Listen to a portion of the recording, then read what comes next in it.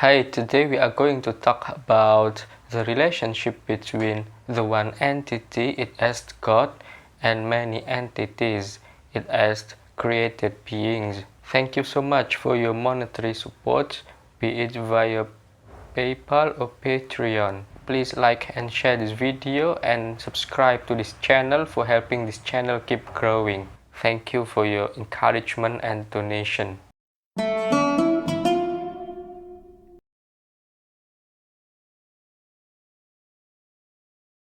Ibn Arabi often contrasts wujud with non-existent, permanent entities.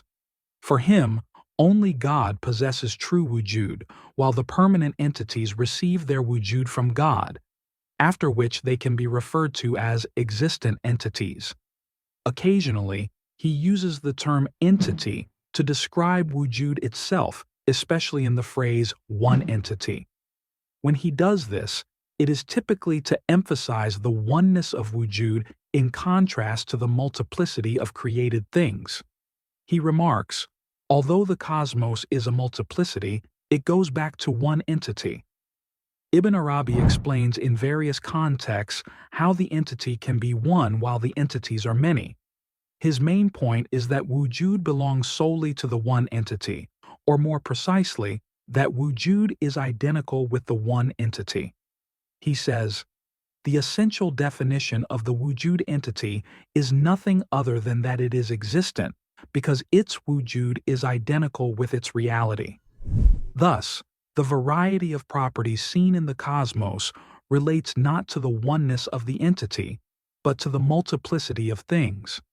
These things are non-existent on their own, but they exist to the extent that God grants them wujud, existence.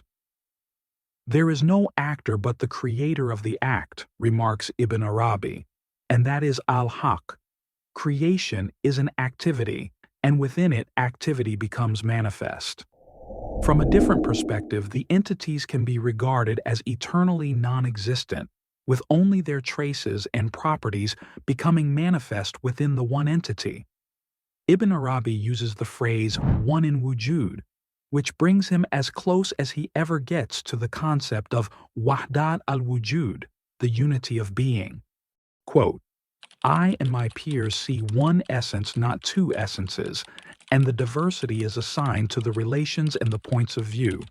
The entity is one in wujud, but the relations pertain to non-existence, and in them the diversity occurs. Hence, the one essence accepts two opposites in respect of two diverse relations. Put simply, the differences we see in the cosmos are due to the various ways we relate to things or view them, not because there are multiple separate essences. The essence remains one and unified, but because we approach it from different perspectives, we experience diversity.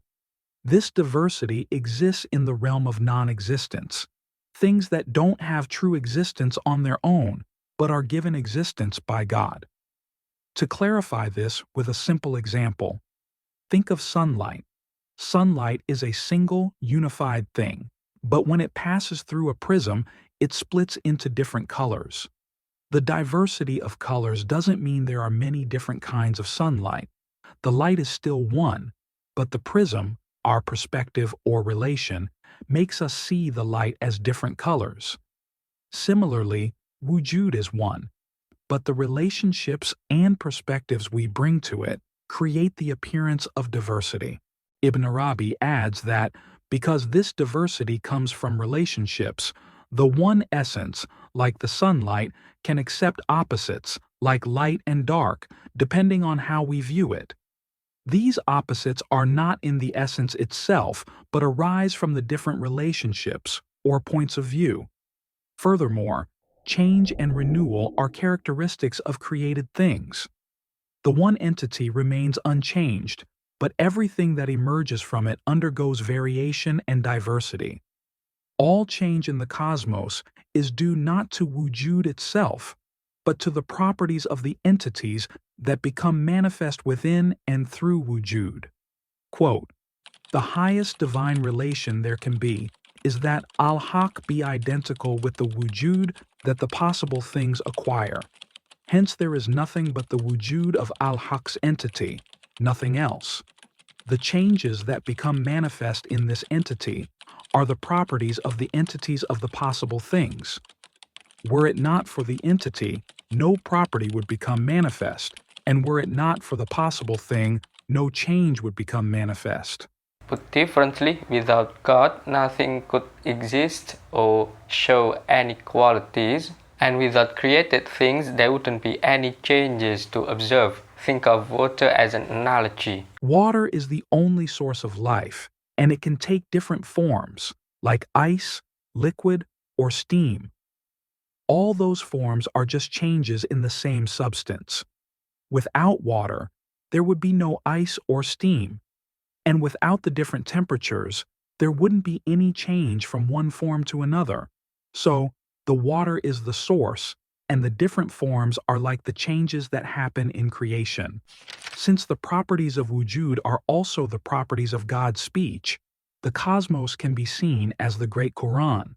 The expressions of God in the whole cosmos share the same qualities as His words in the sacred texts. Ibn Arabi highlights this by stating, "The properties of God's Quranic words reflect the properties of His creations." Like His creations, His words have diverse meaning, but ultimately they point to one entity. This helps to explain the variety of religions and beliefs in the world. Quote, Al-Haq descends in his address to the understanding of those who are addressed. All of his address is truth, Haq, even if it is contradictory and even if contrariety becomes manifest within it. For there is one entity that brings it all together. In the same way, white and black are contrary opposites brought together by color, and colors are diverse realities brought together by accidentality. The relationship between the one entity of wujud and the many non-existent entities is mirrored in the connection between unity and multiplicity in the cosmos. For instance, a human being is a single entity composed of many parts. Regarding this multiplicity, various relationships are formed with other entities. Similarly, every growing thing, nabat, is one entity that exhibits many different properties.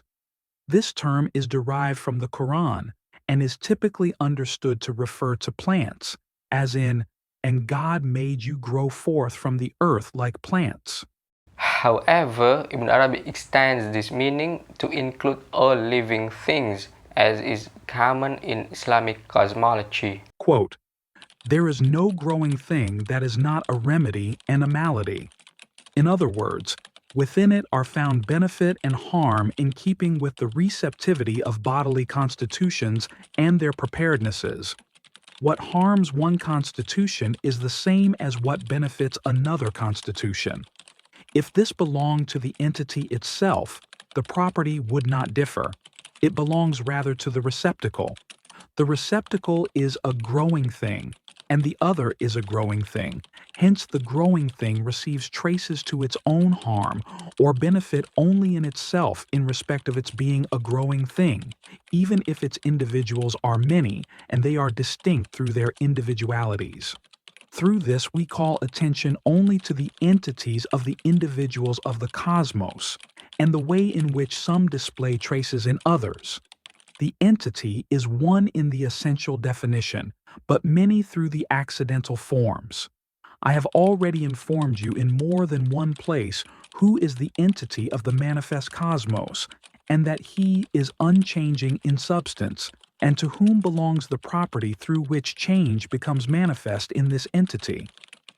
This is like the manifestation of change in the forms of a mirror due to the change in the guise of the viewer, or it belongs to the changes in the selves of those things that disclose themselves, and the mirror is the locus for the manifestation of that to the eye of the viewer.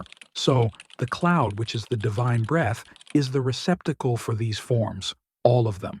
Put simply, every living thing can be both beneficial and harmful. This means that what helps one person might hurt another, depending on their unique bodies and conditions. If the effects were based on the essence of the living thing itself, they would be the same for everyone. Instead, it depends on the individual receiving it.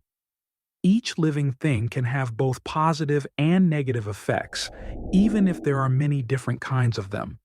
In this way, we notice how individual beings in the cosmos affect each other. While the essence of all living things is one, they can appear different because of their specific qualities and forms.